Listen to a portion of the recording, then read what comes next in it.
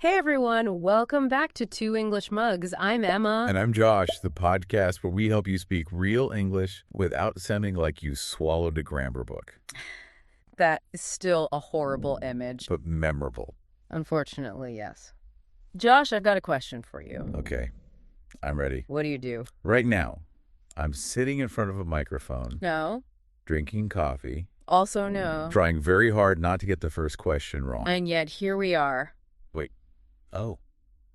You mean my job? Exactly. And what do can cause panic. Panic is fear when you're not sure what to say. You meet someone new, they ask, and your brain goes, goodbye. You may have done the same job for 10 years, but now you must explain it in English. Maybe your title is Regional Customer Experience Operations Coordinator. Good luck with that. I don't even know what that means in English. And that's the problem we solve today. You do not need a perfect job title. And remember, any hard words we use, we just explain them as we go. So, absolutely no pressure. Right. This is aimed at B1 intermediate English, but, beginners are totally welcome too. Yeah. And if you like reading while you listen, you can always download the free PDF transcript. It's just really helpful to review the examples and, the vocabulary afterwards. Seeing the words on the page makes a big difference. Absolutely. So, we are talking about jobs today. We are, because asking about someone's job is, the most common conversation starter in the world. Yeah. You hear it at parties, at weddings, sitting next to someone on a plane. Literally everywhere. And when people feel that sudden panic, they usually make a really big mistake. What kind of mistake? Well, they give a location, right, not an action. So let's do a quick role play. Imagine I am a stranger at a party. Oh, I love parties. I'm holding a very small plate of cheese. Perfect visual. So I walk up to you and say, "Hi, I'm Emma. What do you do?" I work in an office. Okay, see, right there. That is the exact problem. But wait, it's true. I do work in an office. I know, and grammatically, sure, it's a perfect English sentence. But in a real conversation, it completely fails. Fails? Why does it fail? It tells you exactly where I am. Right, but that's it. It tells me you are indoors. It tells me you probably sit at a desk. It tells you I sit near a printer that, constantly lies about having no paper. Exactly. Every office has that exact same lying printer. But your answer tells me absolutely nothing about your actual job. Yeah, I guess you're right. Saying I work in an office is kind of like saying, I sleep in a bed. Right. It's true, but it's really not interesting at all. And it just kills the conversation. I have literally nothing to ask you next. What are you going to say? How is the office? It has walls. Exactly. So step one to fixing this whole problem, do not start with where you sit. You have to start with an action. But, shouldn't I just tell people my job title? Honestly, often no. Job titles can be terrible. Especially those corporate job titles, they sound like a random password generator made them. Yes. Let's take a common one. Customer support specialist. Oh, well, that sounds very important. It does, but let's explain that word quickly. A specialist. So a specialist is someone who knows one area deeply. Like a doctor who only looks at feet is a foot specialist. Got it. So a customer support specialist just knows a lot about customer support. Right. But it is still just a title. It's like a label on a box. A label on a box. What do you mean? Well, think about moving to a new house. You write kitchen on a box. That's the label. But the label doesn't actually show me the plates and cups inside. Oh, okay. I like that. The title is just the outside. Right. So to show people what is actually inside, we change the title into an action. So instead of saying I'm a customer support specialist, what do I actually say? You just say, I help customers solve problems. Oh, wow. Yeah, that is much clearer. I help customers solve problems. It's instant clarity. Let's try another one. Content coordinator. That is very vague. You coordinate content, great. Right. So instead of that title, use an action. Say, I help create videos and organize content. Oh, that is so much better. I can actually see the videos in my head when you say that. Right. Because normal conversation is not LinkedIn. That is very true. I definitely don't want to talk to the LinkedIn guy at a party. Nobody does. You don't want a stranger to shake your hand and say, "Hi, I am a proactive team leader maximizing business synergy." Yeah, I would just walk away and go find more cheese. Exactly. So we drop the confusing titles Yeah. and we focus on simple action verbs instead. I like simple.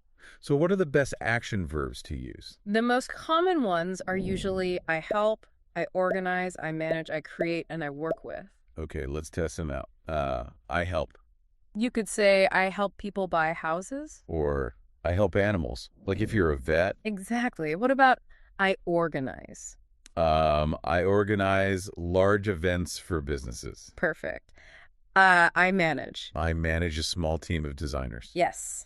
Let's actually introduce a new phrase here too. Be responsible for. Oh, be responsible for. Right. It means it is your job to make sure something happens. So if you are responsible for a baby, it's your job to keep it safe. Got it. So I could say, I am responsible for the company website. Exactly. If the website breaks, it is your problem to fix it. Let's do another verb. I work with. I work with new software. And what about rescue? Can we use that? Let's explain that word real quick. Rescue basically means to save someone or something from a really difficult situation. Right, like how a firefighter rescues a cat from a tree. Yeah. So can I use rescue for my job? You totally can. Like you could say, I rescue failing computer systems, and makes you sound like an IT superhero. I love that. Action verbs really do show what is inside the box. They do. Now, knowing your action verb is great, but just saying one short sentence can sometimes feel a bit incomplete. Yeah, if someone asks what I do and I just stare at them and say, I help people, Right. it sounds a bit strange. It does. It sounds like you're hiding something. So we use a simple formula. Oh, a formula. You know I love a good system. Yeah. I have a system for my shoes, my coffee, my emails. Well, I know you do. Tell me the system. Okay, this system has 3 parts. It creates the perfect answer. I am ready. What are the 3 parts? Part 1 is what you do. Part 2 is where you do it. And part 3 is one thing you like about it. Okay, so what you do, where you do it, one thing you like that is very clean. Let's practice it. Let's say you work in marketing, and marketing is basically helping to sell products or services. Okay, so part 1, what I do, I create social media posts. Good action verb. Now part 2, where you do it. I work at a small marketing agency. Nice. Let's quickly pause and explain agency, though.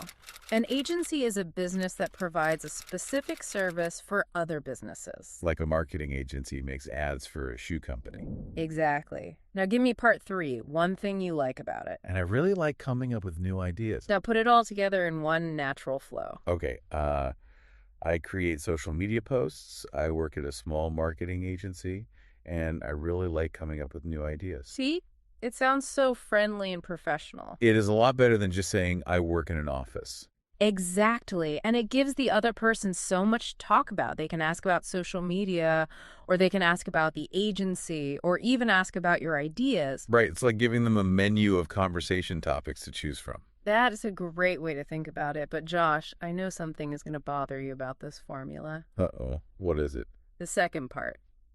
The where you do it part. Because in English, this part is a bit of a grammar trap. The prepositions. Yes, those small words that cause big headaches. We are talking about in, for, and as. Yeah, I get confused by these all the time. Like, sometimes I hear people say I work in education, and sometimes I hear I work for a school. Right, well, I'm going to teach you the rule. It is a very logical system. Excellent. You know, systems make me happy. I know. Let's start with in. You use in for the general area or the industry. Okay, let's explain industry first. Yeah. An industry is the big business area you work in, like the finance industry or the healthcare industry. Exactly. So think of the word in as a massive umbrella. An umbrella that keeps the rain off. Yes. And underneath that big umbrella, there are thousands of different jobs, but they all stand under the same umbrella. So you say, I work in healthcare. Oh, I see. So in is the big picture. I work in finance. I work in technology.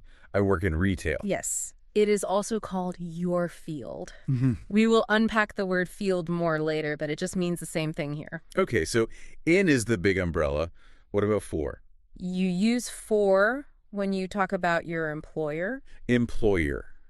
Yeah. That is the company or the person who actually pays you money, right? Yes, exactly. The name on your paycheck.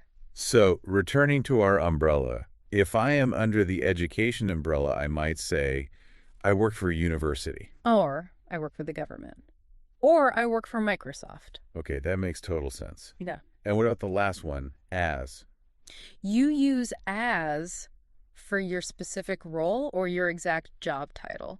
So I'd say I work as a teacher or I work as a designer. Exactly. You would never say I work as a bank. Unless I am literally a building full of money. Which you are not. So let's test the system together. I will give you a job, and you give me the 3 sentences using those prepositions. Okay, give me one. A doctor at a city hospital. Okay.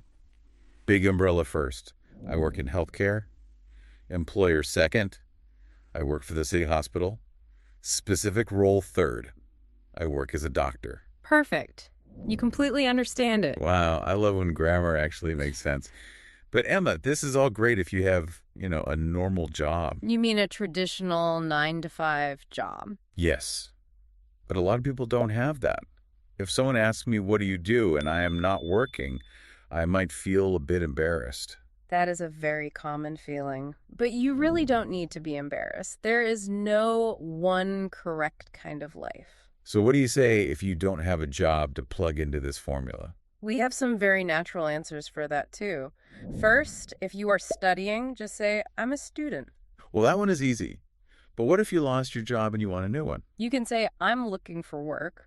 Or a very native-sounding phrase is, I'm between jobs. Oh, I'm between jobs. I like that. It sounds like a temporary pause, not a permanent problem. Exactly. Now, what if you don't work for one single company, but you work for yourself? Oh, we have a word for that. Freelance. Yes, freelance. You could say, I'm freelance, or I'm a freelance writer. Or you can say, I run my own business. Let's explain that phrase real quick. Yeah. Run a business. It definitely doesn't mean you are jogging with a company. No. To run a business means to own it and manage it. It's like you are driving the bus. You decide where it goes. I run a small bakery. That sounds great. It does. And what about people who stay at home to look after their family? Well, they work very hard. They really do. They can simply say, I stay home with my children, or currently, I stay home with my kids. Let's explain currently, too. Currently just means right now at this exact moment in time. Right. So currently, I'm between jobs, or currently, I stay home with my children. All of these are perfect, supernatural answers. Okay, but I have another problem. Yeah. What if my job is just very, very complicated? Ah, the 5-minute job title. Yes. My friend has one of these. When someone asks what he does, he takes a deep breath, and literally 5 minutes later, I am asleep. Yeah, if your job is complicated, you need to use the principle of reduction. You have to make it smaller. How do I do that? Do I just lie? No, don't lie. But you only give them the main result of your work. Always start with the simple version first. Give me an example of that. Okay, let's say your real job is taking legal documents in Japanese and writing them perfectly in English for a law firm. Wow. That is very specific. We need an action verb for that. You could just say, I do translating. Let's quickly define translating. It means changing words from one language into another language. Yes. So instead of a 5-minute story, you just say, I translate Japanese legal documents. That is so much faster. Exactly. You do not need to read your entire CV at a party. Ah, a CV.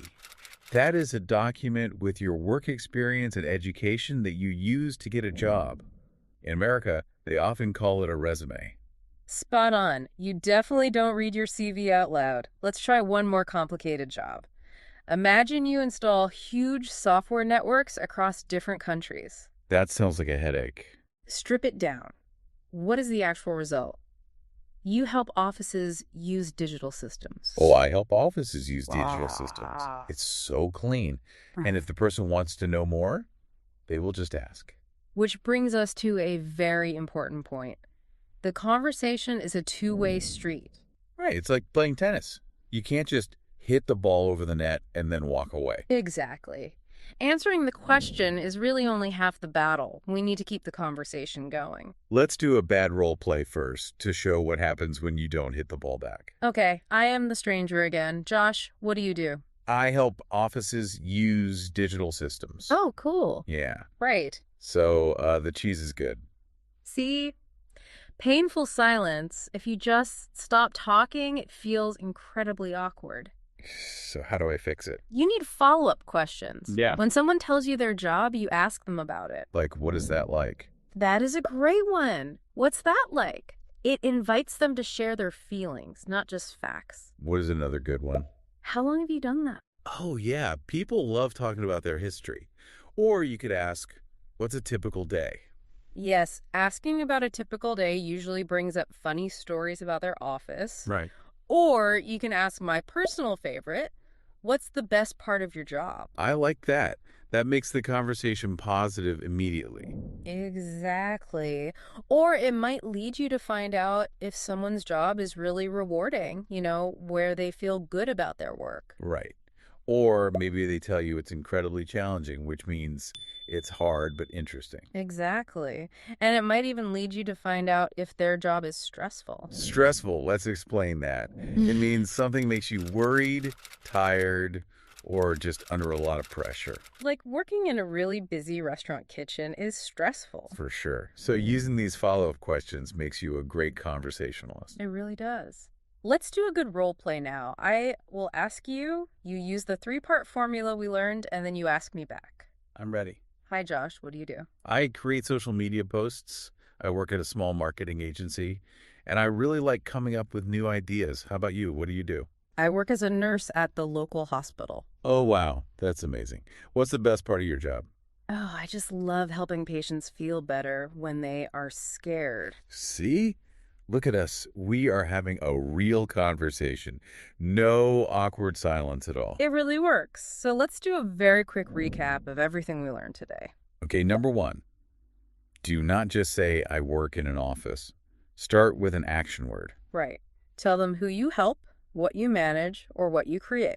Number 2, use the 3-part answer. What you do, where you do it, and one thing you like about it. Number 3, if your job is complicated, reduce it to the main result. And finally, always use follow-up questions to keep the tennis game going. Ask things like, what's that like? Perfect recap.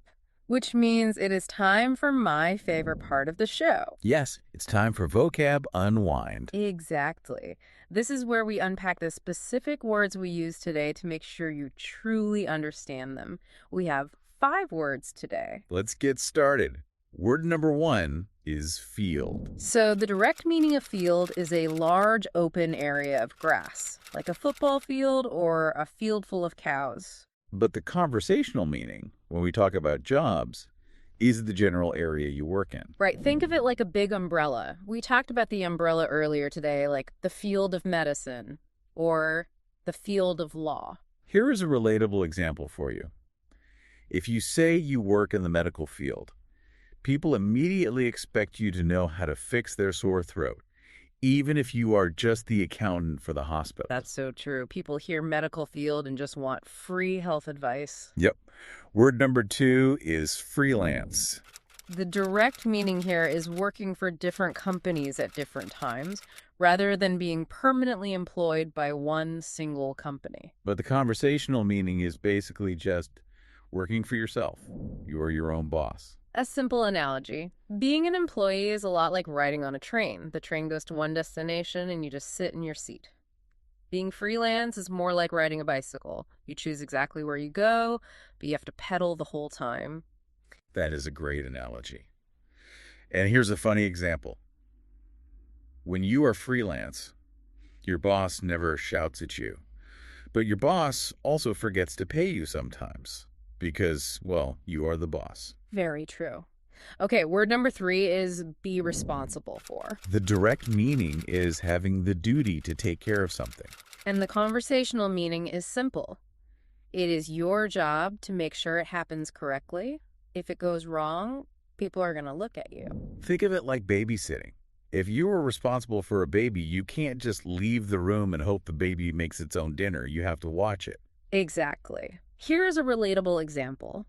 At my office, I am responsible for watering the plants, which is sad because they are all currently brown.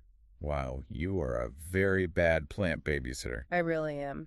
Let's move on to word number 4, rewarding. The direct meaning of rewarding is providing satisfaction or a good feeling. In conversation, when we talk about a job, rewarding means the effort feels worth it. It's kind of like climbing a very steep mountain. Your legs hurt, you're tired, but when you get to the top, the view is so beautiful that you just forget the pain.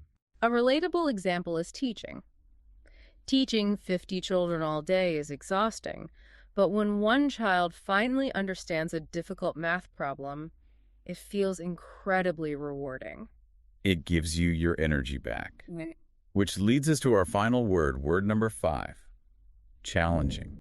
The direct meaning is testing your abilities in a demanding way. And the conversational meaning is that it is difficult, but in a very interesting way. Basically, it's a polite way of saying your job is really hard work. Think of it like a 1,000-piece puzzle. It is frustrating to put together, takes a long time, but it forces your brain to work hard, and you actually want to finish it. Yes. If someone at a party says their job is challenging, they mean they are fighting fires all day, but they probably enjoy the fight. A funny example. Trying to explain my actual job to my grandmother is very challenging. She still thinks I fix televisions. I think you just have to accept that you fix televisions now. Honestly, I might just add it to my CV. Well, that wraps up our Vocab Unwind. And it wraps up this show. If this helped you today, please subscribe to 2 English Mugs. It tells us we're on the right track, and it helps other English learners find us too. And if you'd like, comment below in English. What do?